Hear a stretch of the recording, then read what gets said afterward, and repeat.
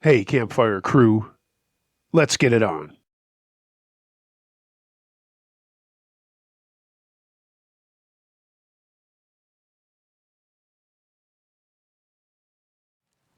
Scary Structure in the Woods, submitted by Totally Not a Karen. When I first met my husband, we met at a local mountain biking club. We were both into racing, and we were shocked we'd never run into one another before at races or just training. We were also big into hiking and rock climbing, but this, what I think is scary, happened when we started dating and decided to go on a mountain bike camping trip, just over a weekend. There's a place that we frequently ride that butts up against state land and some private land, too. The state land is crisscrossed with fire roads and has some shelters for people to picnic, but I've never really seen anyone out there other than bikers, hikers, and then hunters in the fall months. Basically, when you get past the state land, private land wraps around it. We decided to camp on the state land away from the roads.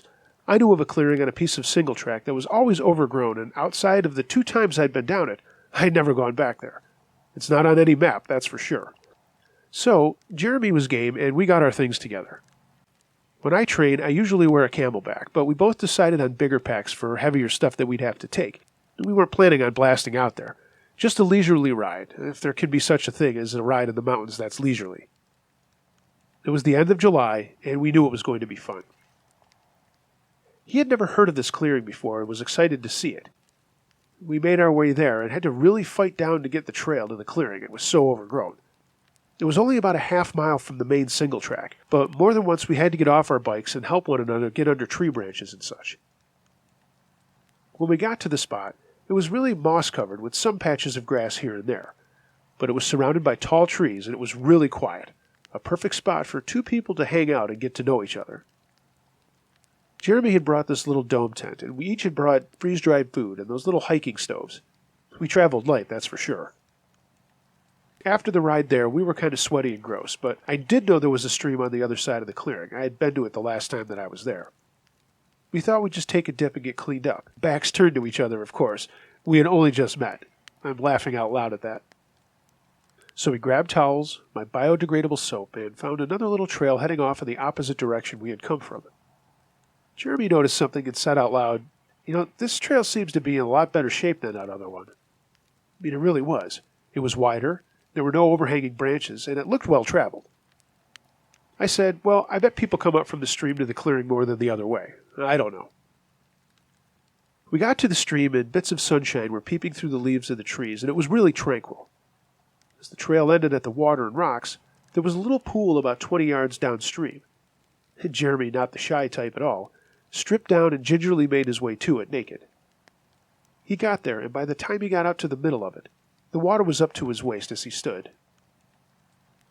I yelled for him to turn around and laughed, and he did.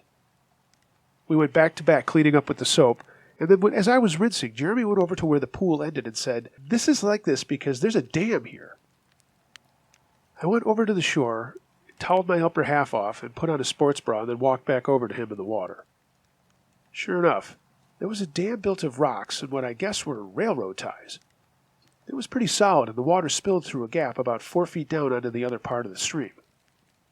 Whoever wanted to do this was very dedicated because this was in the middle of nowhere, and to get those kinds of things out here would take a lot of strength and a lot of guys. Jeremy said, well, you know what, I bet rangers or a school built this as some sort of wildlife project. Well, either way, it's good for us. We went back over to the trail, he dried off and put on new shorts, and then he pointed to the other side of the stream and said, hey, there's another trail over there. Let's go get our boots and check it out. I said sure, and we walked back to camp and got on our hiking gear. We grabbed some Cliff Bars and water and went back to the stream. There were some flat rocks crossing it, and it was a snap to get to the other side. We began walking. After about 10 minutes, there was another clearing and another trail that went off into the woods on the other side. We just stood in the warm sun, talking about all kinds of things, when it was my turn to notice something. Off to the side of the clearing, there was what looked like a concrete structure, like an old foundation. We walked over to it, and it was a big square with about 10 steps going down into a room, I guess. This is weird, I said, but Jeremy wanted to check it out. I told him to forget it, but he just smiled and said, I'll be right back. He slowly went down the steps, and I told him to be careful. He got to the bottom where a door once had hung. We could see the wood pieces and brass hinges still hanging there. He stopped and looked inside and said, "What the F?" I asked what, and he said, "Come down here and see this." I gingerly followed him, and when I peered into the darkness, I got totally creeped out. There were 2 chairs facing one another, and both had canvas bags on the seat, with what looked like dried chocolate all over them. There were ropes tied to the arms and legs of the chairs, and when I looked up, I breathed in heavily. From the ceiling, or whatever this basement was, were tons of those little trees on the mirror things. There were hundreds of them. It was just like that scene in the movie 7. Jeremy just said, "Holy S," and said we should leave. I noticed more of the chocolate on the floor around the chairs and almost screamed. I just ran up the steps with Jeremy following me, and we took off down the path before stopping at the stream. "What the hell was that?" I asked, and he just shook his head. "We need to get out of here and tell somebody about that. I mean, something bad happened back there." Jeremy replied that it looked like whatever it was. It happened a long time ago. Regardless, we got back to our camp and kept talking it over. But it was getting on now. It was about 7:30, 7:45, and it would be dangerous to try to get back to the car in the dark. I mean, it was a ways away. High climbs and steep switchback downhills are not safe to ride at night without lights, which neither of us had, save for one flashlight. We opted to stay, as freaky as it was. Jeremy got a little fire going. We made some food on our stoves and talked into the night, trying to forget about that creepy basement or whatever. We finally crawled into bed and kissed for a while before falling asleep. I woke up and checked my heart rate monitor watch to see what time it was, and Jeremy was sitting up. It was 2:30 a.m. "What's wrong?" I said, and he whispered, "Shh." We could hear someone coming up the path with very heavy feet, and at first I thought, "Oh shit, a bear." We had a lot of black bears in that area, but the steps came closer and right up to the tent. We both held our breath as something poked the fabric of the tent. It could have been a finger, it could have been a knife. I didn't know, and I was terrified. And we heard a deep voice say, "When the sun comes up, you better be gone." Then whoever it was went away from us back down the trail. I grabbed onto Jeremy, and he called out, "We will." We stayed up all night, and at first light we packed up everything as fast as we could and got the hell out of there. We rode back to the car and went straight to the local sheriff's substation to tell them about what would happen and what we had seen. We gave him specific directions as to where it was, and he took our information. He said they'd look into it. That was the last we ever heard about it. A few months later, Jeremy called, and they said that they had our names on file, but he wasn't sure what the complaint was about. It wasn't in their, quote, system. About a year and a half later, we eloped and moved to Colorado, where we live now, and this is just a memory. We did tell the others in the riding club, and Jeremy said that some of his buddies went out there and said it was exactly as how it was when we saw it. It's kind of a legend now. But Jeremy always reminds them if it comes up when we talk frequently. And it might be cool during the day for a scare. But the scariest S will happen if they stay out there at night.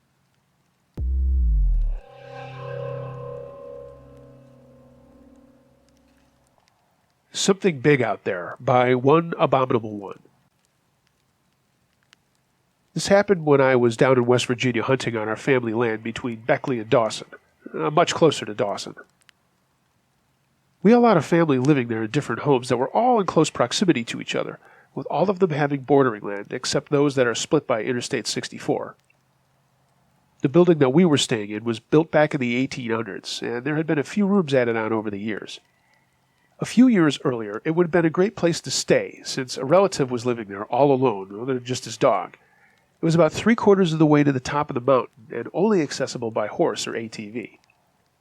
Creepy fact, everyone in a family that lived in that house during the flu epidemic in 1917 died. The mountain had quickly taken back the home, and I could stargaze looking through the roof while just lying in bed. My dad and I stayed in a sectioned-off corner of the building that had 2 nasty old beds in it.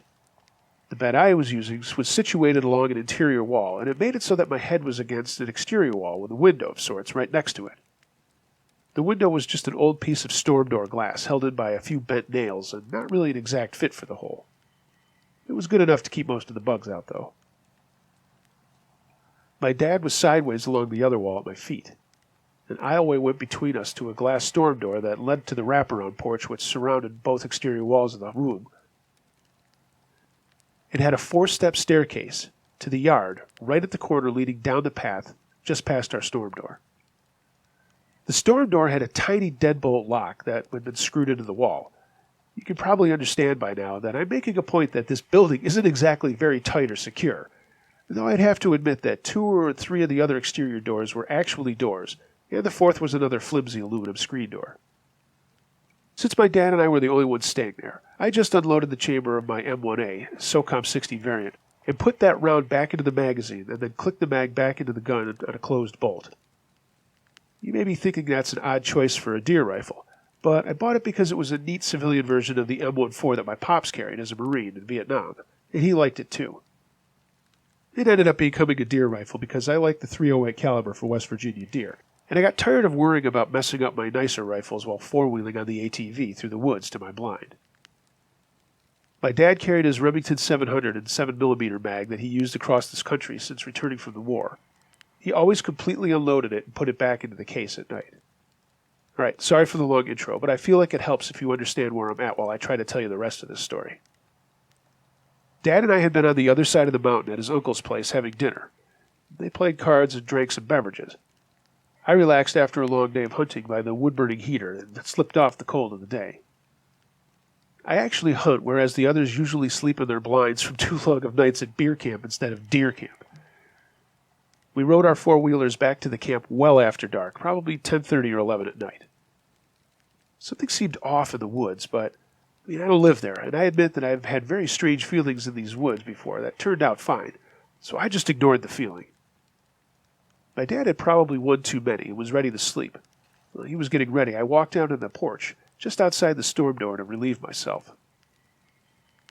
There was nobody around, so I just decided to go off the side of the porch while looking into the long, unused mini-apple orchard that had a creek running through it. Well, I was thinking that the place was absolutely beautiful. I heard this sound, a scream or a howl kind of mixed together.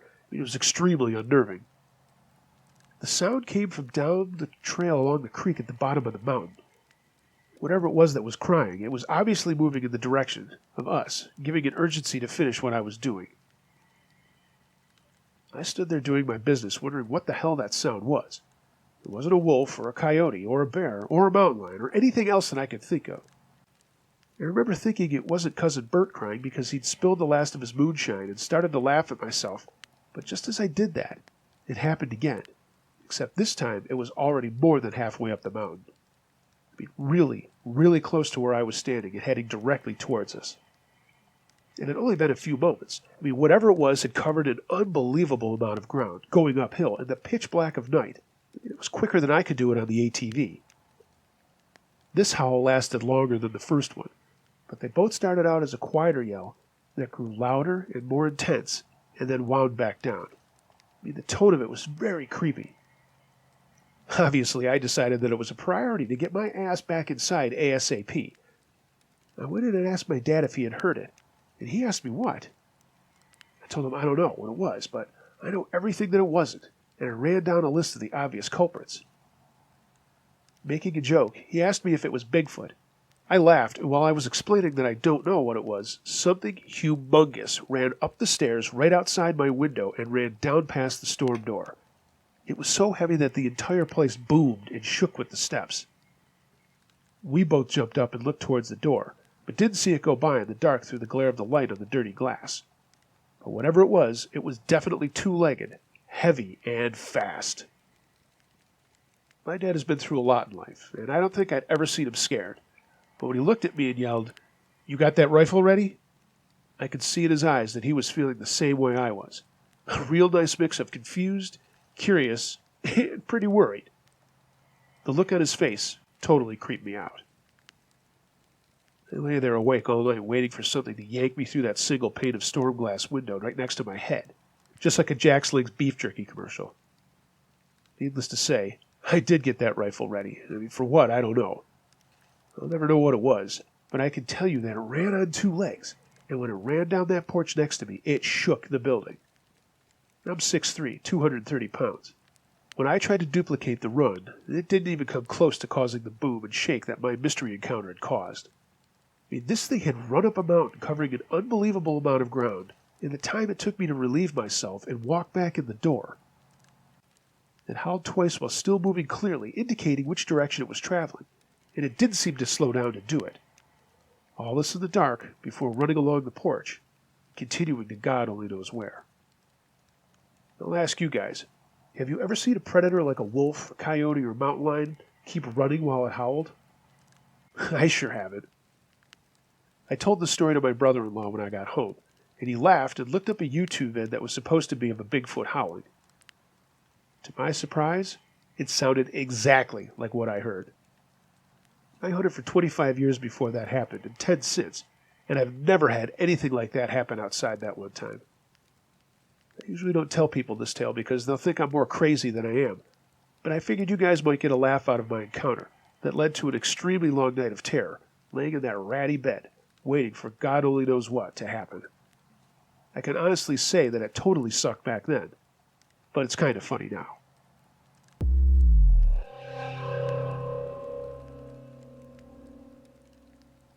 The Voices by Scree. The most unsettling night I recall was a September night on top of Humpback Mountain near Rockfish Gap, Virginia. The fog was just about the thickest I'd ever seen during the day, and it only got thicker at night. Sounds were muted, everything was drippy wet, and it was very peaceful, ethereal hiking during the day. I normally like foggy days. That night, about 11, I started hearing children's laughter off in the distance, fading in and out, but gradually coming up the mountain. Not following the course of a trail, but coming straight up the sides. I can make out 3 distinct children's voices and 1 adult female's voice. Eventually it sounded like they were passing right through my campsite and should have been close enough for me to see them, but I never saw anyone.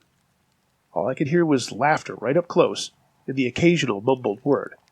I couldn't make out what they were saying. The sound stopped abruptly soon after it got close, and it didn't start back up again. I often wonder if it was just a strange acoustical phenomenon due to the fog, but I can't explain how the voices got closer, why they stopped, or why a woman and 3 children would be playing loudly outside on a cold, dark, intensely foggy autumn night.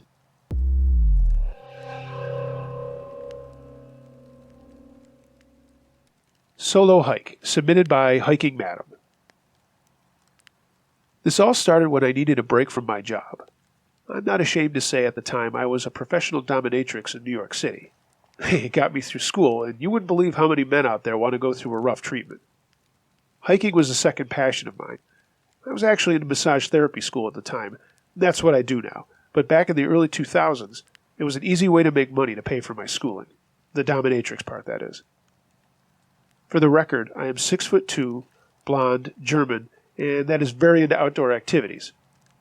I was also a competitive triathlete in Europe before moving to New York. Straight story, I can whip your ass in more ways than one. That's a joke, people. But as rough and tough as I am on the outside, I'm a very sensitive person on the inside. The dom stuff was all for show. I might want to beat you in a race, but I would never harm a fly unless it asked for it. I was planning on doing some hiking in the Adirondacks, which wasn't too far from my place in Throgs Neck. I hadn't been out in the forest and clean air for a while, and none of my friends could go with me. But I needed a break from all the college kids and businessmen who wanted a spanking. Believe me, I had a bunch of female clients too looking for the same thing. I got my supplies in order, loaded up my Jetta, and made the way to the hills. I was only planning on a 2-day walk, so I only brought enough food and clothing in my Osprey. I took along my camp stove and gas, a copy of A Prayer for Owen Meany, and that was it. I stopped at a little gas station/diner outside of Saratoga. I'm not going to name it because that's not cool. But as I sat eating a burger, this long-haired guy came up to me and asked if I needed company. I immediately thought he was a former client, but no, he was just some guy. Shaking my head, I said I was in a hurry, and he asked me if I wanted to go for a cup of coffee or maybe a drink. I stood up, looked him right in the eye, said, "Thanks, but no thanks," and then I left. I kept driving to the trailhead I wanted to start on, and my sister called me long distance with a sob story about her recent breakup with her boyfriend. She was living in Florida, and I didn't want to be a jerk to her, but I was kind of annoyed. I was also kind of amazed that I had cell service. After like an hour, I told her I'd call her when I got home and started to get my things out of my Jetta. When I looked down at my phone, there were no bars. I'm not really sure how that call stayed on the line, but when I tried to call her back, there was zero service. I looked up at the only other car in the trailhead parking lot at that point, and it was the guy from the diner. The minute he saw me see him, he pulled out and drove off down the road. I knew right then and there that I should have just turned around and gone home, but I didn't. Hey, I'm a tough broad, right? So I set off on my walk and finally got to a place that there was no one around. Then I set to putting up my little tent and getting some food. I'd brought along my journal and a few little of those boxes of wine, and I went to bed super relaxed, feeling serene, and after doing a little reading, I faded off. I don't know when it all started, but I can only think it was about 1:30 in the morning. I heard the zipper of my tent door slowly going up. As I started to sit up and reach for my flashlight, a body fell on top of me, a hand went over my mouth, and I could feel a knife on the side of my neck. For a woman who routinely beat people up back then, I can't tell you how scared I was. A voice whispered and said, "Don't move, don't yell, you won't get hurt." And that's when I went into a state of zen, for lack of a better term. I knew if this guy, I knew it was a guy, was going to try something, I could react better if he wasn't thinking about a struggle. So as he tried to fumble about with his cock and balls, I was naked, everyone, I didn't move, but the minute he let his guard down, I grabbed one of his arms by the bicep, and the other right at his brachial plexus and squeezed. You learn this sort of thing in massage therapy school. He kind of gasped, dropped the knife, and then kind of rolled over. He lay there groaning, and in a flash I grabbed my camp bracelet. It's just a bracelet wrapped in parachute cord. I quickly tied his hands behind his back and used my knife to cut another piece and bound his legs. I sat and thought about what to do, catching my breath, while he started asking me to let him go, and it was all a misunderstanding. Yeah, right, buddy. I debated about tying him to a tree, leaving him there, and then calling for someone to go get him, but I decided to do the right thing. I got dressed, left him in my tent, and practically ran back to my car. I had to get to where there was cell service. When I did get to my car, of course, there was nothing. This whole travel took about 2 hours, and I thought he might have gotten out. I did leave him in a pretty strict and, I'm sure, painful handcuff tie. And in the dark, I'm sure he wouldn't have been able to find the zipper of my tent door. I eventually got some bars on my phone and called 911 and told them the situation. They told me to meet them back at the trailhead and they'd have a state trooper come out. He did, and I led him back to the tent where we could hear this guy yelling for help. He was arrested, charged, and I had to do the whole court thing, which, while I'm glad the guy got the punishment he deserved, I think I could have given him a worse punishment on my own, if you know what I mean. Twist of the story is that about a year later, I had quit the Dom service, sold my place, and moved to Ballston Spa. I ran into that trooper and his brother, and I am now happily married to his brother, running my own massage therapy business.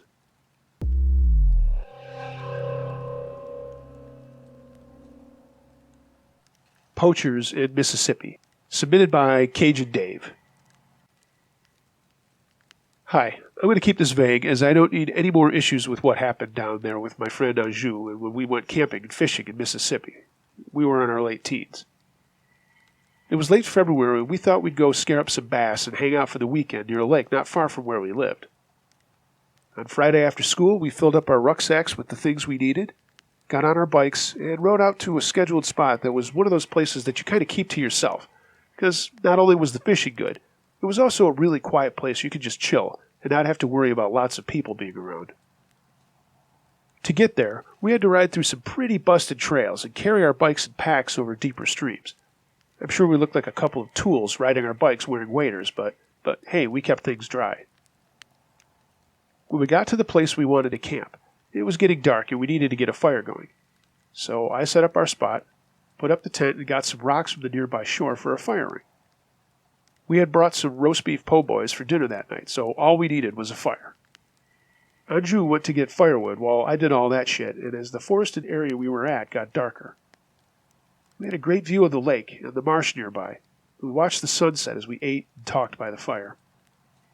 As it got later, we heard some people talking very loudly not too far from us, over near the marsh. Then we heard a shotgun blast and knew that something was not right. We got up and decided to creep through the trees to get a closer look. And right at the edge of the marsh, about half a mile away from us, was two campers sitting around a fire drinking what I can only think was beer because there were a ton of beer cans all around the fire. They were in their 30s, I guess, and were really loud and obnoxious and talking loudly about the next morning and how many ducks they were going to bag. I looked at Anjou, and we immediately knew these guys were poachers. Duck season ends in either December or January down here, and outside of a youth duck day at the beginning of February, we were at the end of the months, so this was super illegal. We turned to leave, and I ran into a branch, and forgetting I was supposed to be in sneak mode, yelled out, "Oh shit!" The guys stopped talking and yelled out, "Hey, who's out there?" Anjou just said, "Run," and we took off back to our camp. When we got there, we sat down by the fire, threw more wood on it, and decided to play dumb if anybody came over. Sure enough, about 10 minutes later, two guys came into our spot with their shotguns and started asking us questions about who we were, what we were doing out here. We played dumb and said we were just out here for some bass. And one of the guys asked, "Were you snooping around our fire?" We played dumb and said we heard someone shoot a shotgun, but told them that we hadn't been away from here, just finished eating. We pointed to the wrappers, and these two guys seemed satisfied. One guy with really long hair lowered his shotgun down, pointed it at us, and said, "Yeah, that might be so, but mind your own business." Then they just left, and I said we should go. Anjou said, "No way, shit on those guys." His uncle was a wildlife manager or something, and we thought about telling him, but my friend had another plan. If they were going to be in the marsh, they'd be, pardon the term, sitting ducks, for what he wanted to do. He grabbed his bag and pulled out a slingshot and a bunch of M80 firecrackers. He said, "Let's wait until tomorrow and bomb these assholes out." I thought that was a dangerous as hell idea, but he was so into his plan, I finally saw how it might be funny. Bad idea. But we did it anyway. We got up real early the next morning and made our way to where they were as quietly as possible. We could see the two of them sitting in a makeshift blind at the edge of the marsh and using a duck call. We had about 5 of the little red devils, and we waited until we could hear some ducks coming from down the lake. I lit the first one, and Anjou fired it off. I lit a second one right away, and both of them plopped in the swampy water. Seconds later, 2 massive booms went off, and water and reeds and shit shot into the air. The 2 poachers jumped up scared as hell, so we fired off 2 more before they could even react. Of course, they were startled again, and all the ducks took off too. The guys were looking all around, and we just beat feet back to our site. We had already packed up. We knew they'd be coming. We got on our bikes, but we could hear the guys running through the woods, and we heard a blast and then some branches off to the side of us swayed with pellets, as one of the guys clearly took a shot at us. We started riding as fast as we could, and we heard another blast, but we're way farther away now. We didn't look back and made it through the creeks without waders and just kept riding. We got back to the road to take home, and it was now about 7:30 in the morning, and there was very little traffic. So we stopped to rest and catch our breath when we heard a vehicle coming down the road, and we could tell it was coming fast. I wasn't sure, but I told my friend, that might be those guys. And thankfully there was a curve in the road behind us, so we had a chance to pull off into a field and then lay down in the tall grass. We could still see the road, and we both knew for a fact that it was those 2 guys driving by in a beat-old pickup.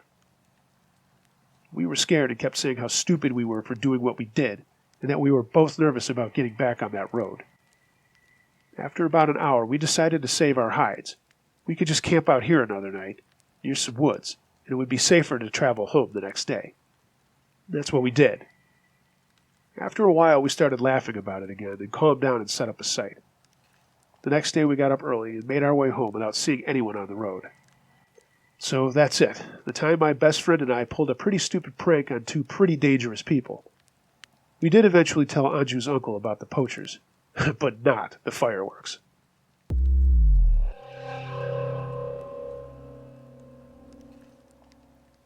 Strange Sounds by Kerouac. I used to work as an ecologist about 25 years ago. My job was to go out into the forests and wilderness areas and conduct surveys to see what wildlife species were present for management plans and the like. This one time I was employed on a contract by National Parks and Wildlife Service to go into a remote reserve, The type that doesn't have any outstanding natural features, so no tourists ever really go there. It was just these lonely forested hills on the backdrop to a giant lake reservoir that was used to manage water flows. It was out in the middle of sparsely populated farmland. The job was to go in by myself for 2 weeks and run both diurnal surveys, birds, macropods, etc., and nocturnal surveys, possums, gliders, owls, bats, etc. I was dropped off by the parkie with all my gear, spotlights, traps, call playback equipment, hair tubes, the whole nine. Then he left, so I had no vehicle, just a remote camp. No communications either. I would see the parkie in 2 weeks. So the first thing I did after he left was set up camp.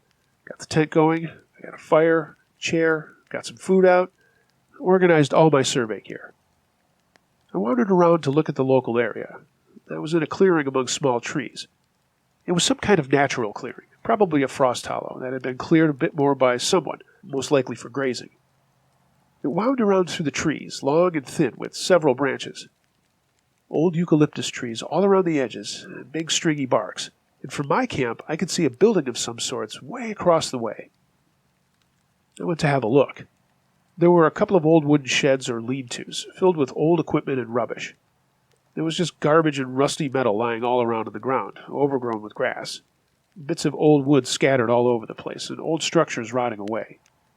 Next to it all was a caravan, also old and dirty. The door was unlocked, and a bunch of possessions were inside, as though someone had been living there. The whole place was spooky. It just felt really weird. Anyway, I didn't like to go poking around it too much, so I just left it alone. But I could always see it through the trees from my camp.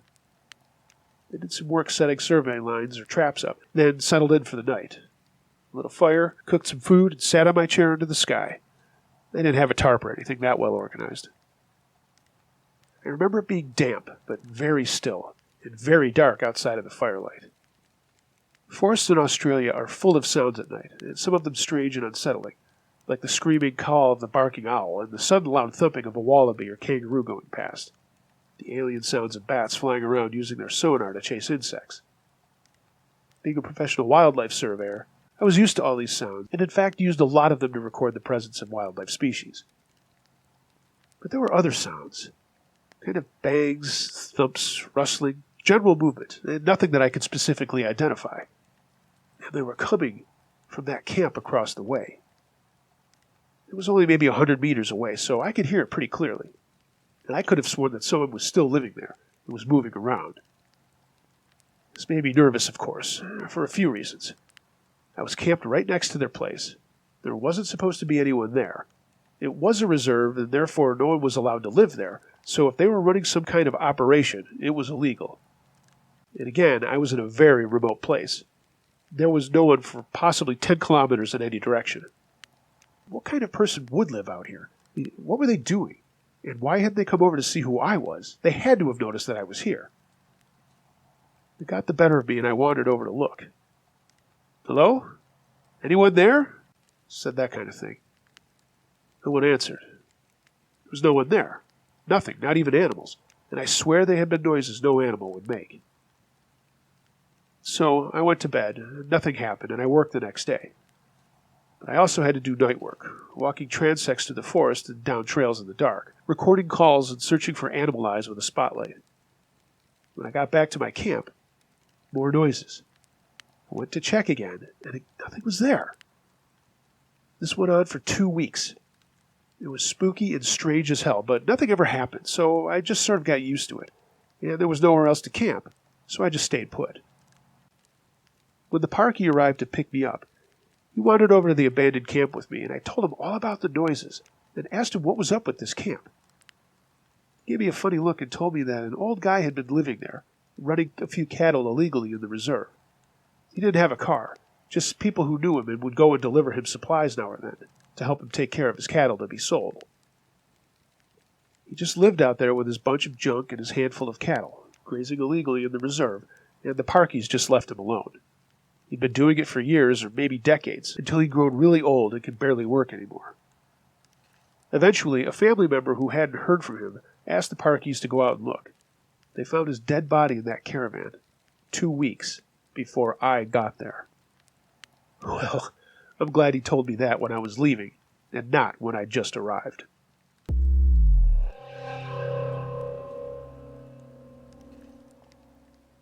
We picked the wrong spot. Submitted by Panna Fisher.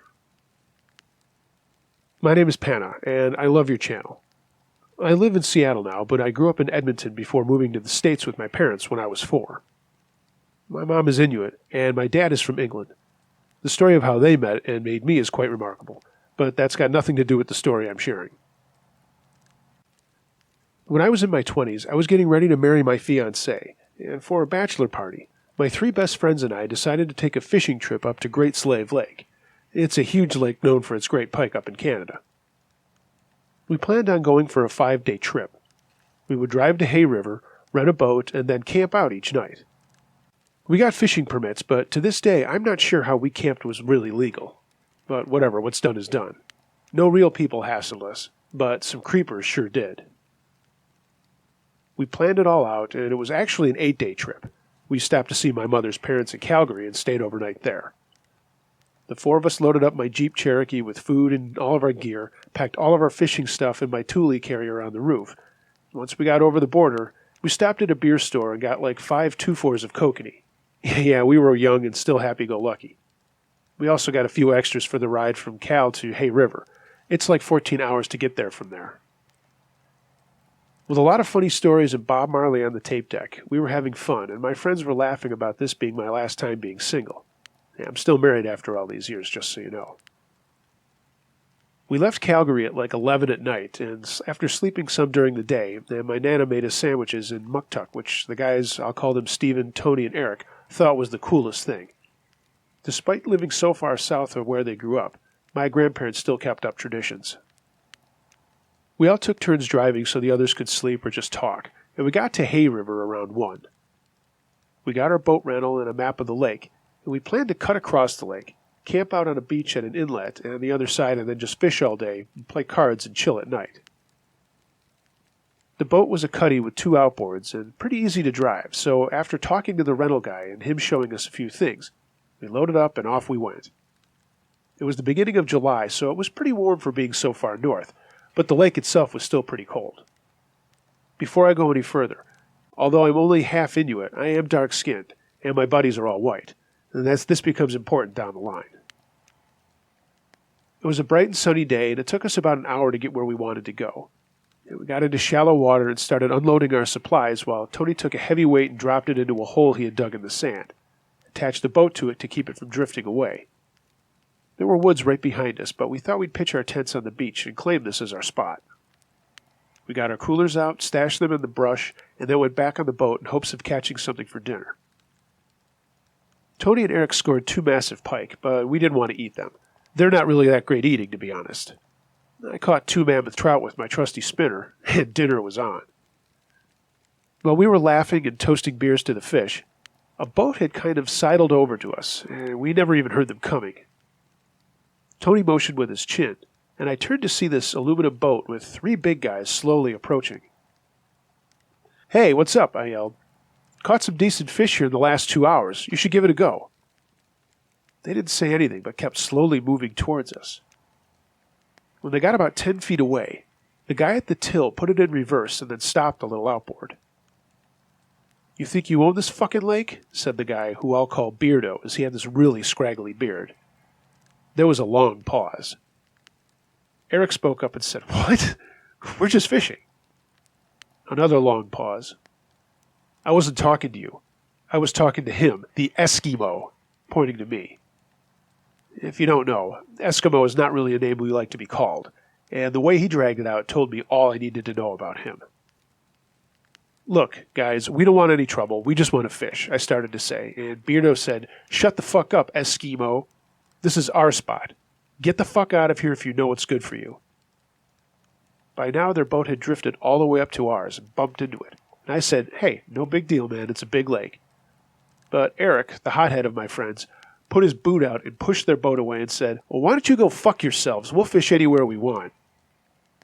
That's when this other guy, I'll call Hatman, as he was wearing a really greasy baseball cap, reached down into the boat and picked up a sawed-off shotgun. He didn't point us at it or anything. He just picked it up and pointed it at the sky. Before anyone could say anything, I fired up our motors and said, "No worries, man, we're gone." He slowly moved away before hitting the throttle harder. When we were a few thousand meters away, Steve said, "Do you think those guys will follow us?" I said, "Nah, I don't think so. Just flexing for us. I hope we can steer clear of them, though." We got back to camp, started a fire, and Tony cleaned the fish, and we had a great dinner. Afterwards, we had a couple of beers and talked into the night by the fire. We were tired from the day of travel and the short fishing stint, and we mostly just talked about those guys. There were a lot of questions about why he picked me out, and I explained to them that Eskimo is kind of like the N-word to many of us. I know it's not that way in Alaska. I have cousins out there. They don't really care, but my family does where we are. In the morning, we got up, had some cereal and coffee, and looked at the map and where we should go that day.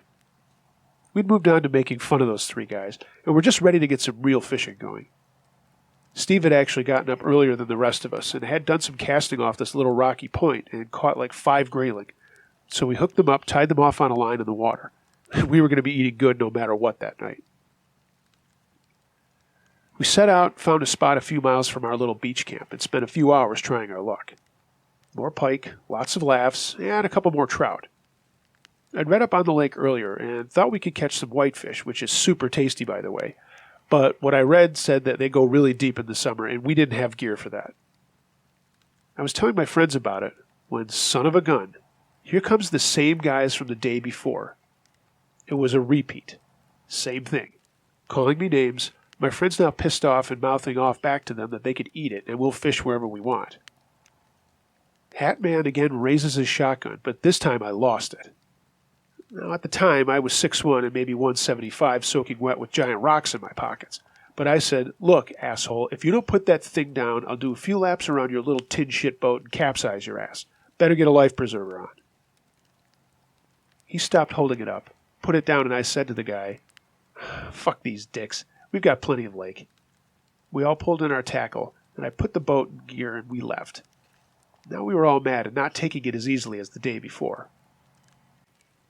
"Maybe we should go back to Hay River and tell somebody," said Tony. I asked what everyone else thought, but we all decided to just let it go. After a while, we got back to normal, and we had a dare going about swimming in the cold water, and it became a contest when we finally got away from those guys. Steve and Eric also got into a contest of pounding a beer and then jumping into the water. I'm sure their yells of the frigid water could be heard all the way up in Yellowknife. It was great, and we were all dying. I was polishing off a kokanee when I look up, and no shit, here come those guys again. This time I said to my friends, "Everybody sit down and stow the beers." I throttled up, and before these guys knew it, I did a lap around them, throwing my wake at them in 4 directions. I did another, and Beardo was yelling shit at me, and Hatman was rolling around trying to stay upright on his bench. The guy at the till was trying to break out of the mess, but I kept going around and around. Beardo fell out and into the water with the waves I had created. So then I gunned it back to our camp, and we were all laughing our asses off at this point. We had food for dinner, gave those guys a lesson, and we were feeling like they'd probably leave us alone now. That's when we got back to the camp, and we saw that our tents had been knocked down. Our clothes and stuff were strewn all over the beach, some of it in the water. Thankfully, our food and stuff were hidden up in the bushes. But in the sand was written, and spelled wrong for the record, "Fuck Eskimos. Die." Die was spelled D-Y-E. So much for education this far north. Tony was really pissed, and he said he knew it was those assholes who did this. We all got angry, and then Steve said, "Look, we really should find a different place to stay, or go back to Hay River. I mean, they know we're here." It was getting late, and the trip back across the lake would be in the dark. And after an accident I had as a kid in a boat at night, I wasn't cool with that. So we just gathered up our stuff, loaded up the boat for a different beach site. Tony and I stood at the edge of the water, and he asked if I thought those guys would come back. And I said, "I don't know, man." And we just shoved off. We went farther to the west to look for a new place, and found another great one, with 2 huge rocks that we put the boat into after putting out bumpers on either side. It was super secure, and if you came by, you wouldn't notice it at all. Or so we thought. We got things set up again, and were relaxing a bit and eating a good meal. We stopped focusing on those crazy clowns and just talked about my wedding, their girlfriends, and stuff like that. It was dark, and the light of the fire was keeping things around our little camp bright. That's when we heard the sound of an outboard motor in the darkness out in the lake. We all stood up and moved over to the rocks where our boat was, and suddenly we heard a boom and our campfire exploded. These guys were literally maybe 20 feet offshore and shooting at us. To this day, I'm amazed that none of us yelled out or screamed. I felt in my pants for the boat keys, and thank God they were on my carabiner. I motioned to everyone to get in the boat and whispered quietly to get rid of the anchor line and get down. There was another blast and it hit one of our tents, and now we were not only scared, we were pissed. I told my friends we were going back to Hay River, darkness or no darkness.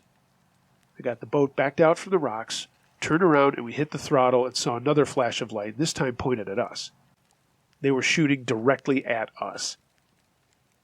I went out farther into the lake and slowed down to make sure everyone was okay. We were about 1.5 miles offshore, and holy cow, these guys were chasing after us. We had drifted a little to starboard and were facing where we had just come from. There was another blast, and I just hit the gas. I'm not sure if it was out of fear or shock, but I did turn the wheel. I kept going forward, and after a few seconds, I heard yelling, and then we all felt a thud. I'd run right into the little aluminum boat. Steve grabbed a flashlight as I turned around, and we saw the overturned boat floating there with Beardo and the guy at the till holding on to the sides. I never saw Hat Man. Tony said, "Let's get back to camp, get our shit, and get out of here." And I agreed.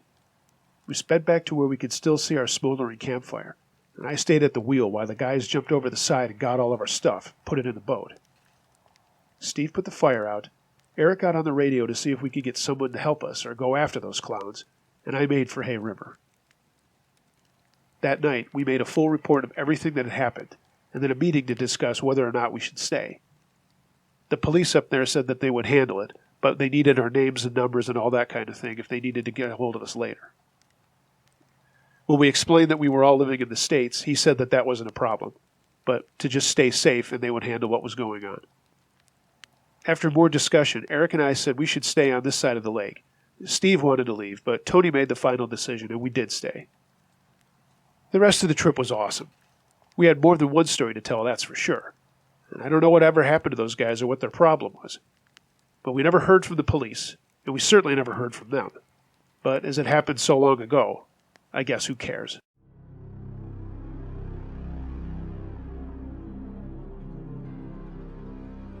Hey gang, thanks for listening to Uncle Josh's True Scary Stories. I appreciate it, and I hope you enjoyed this episode.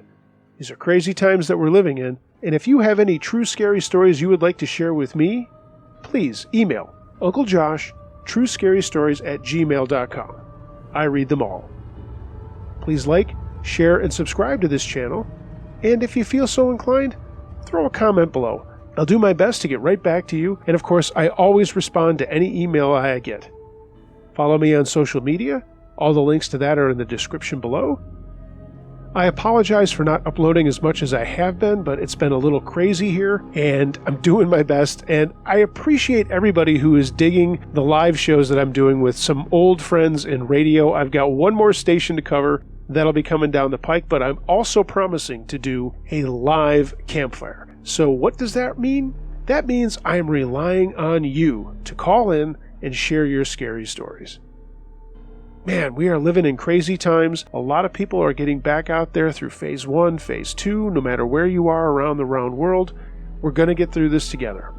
So, everybody, be excellent to each other.